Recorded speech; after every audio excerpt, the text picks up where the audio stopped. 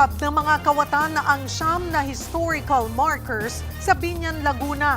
Nag-alok na ng pabuya ang mga otoridad para maaresto ang mga magnanakaw. Nasa frontline ng balitang yan, si Mobile Journal, Ria Carlos. Lumang map, wala na rin.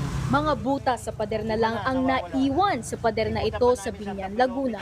Ang dating nakalagay dyan, ang mga historical marker o mga pananda kung saan nakasaad na mahalaga sa kasaysayan ang mga bahay o lugar. Sa investigasyon ng mga pulis, aabot sa siyam na historical markers na ang nawawala sa iba't ibang barangay sa Biñan. Tinangkarin daw na alisin ang historical marker ng Capilla de San Jose. Pero nakita ng mga tao ang mga suspect kaya napurnada ang pagnanakaw. Sa backtracking ng autoridad, natukoy ang riding in tandem na nanguha umano ng mga marker. Gawa sa premium brass o tanso ang mga marker. Nasa 700 piso ang halaga niyan kapag ibinenta sa junk shop.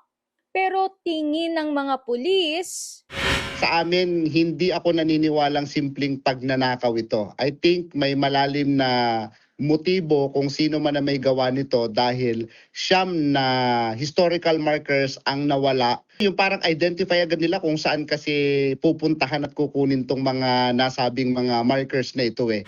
ayon sa Biñan City Culture, History, Arts and Tourism Office o Bichato, lahat ng mga ninakawang bahay ay privately owned kaya walang nagbabantay na security guards sa mga ito.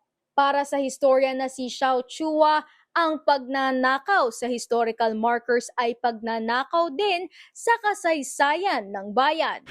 Ay hindi lamang basta-basta bato o bakal yan, ano? Yan ay nagtataglay ng mga kwento ng ating bayan na nagbibigay sa atin ng pride, nagbibigay sa atin ng pagkakakilanlan, nagbibigay sa atin ng mga aral na walang kapalit na salapi.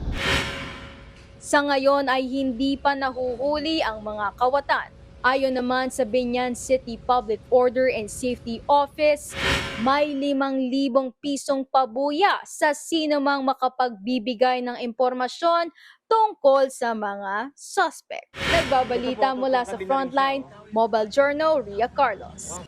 Mga kapatid, Cheryl Hosing po.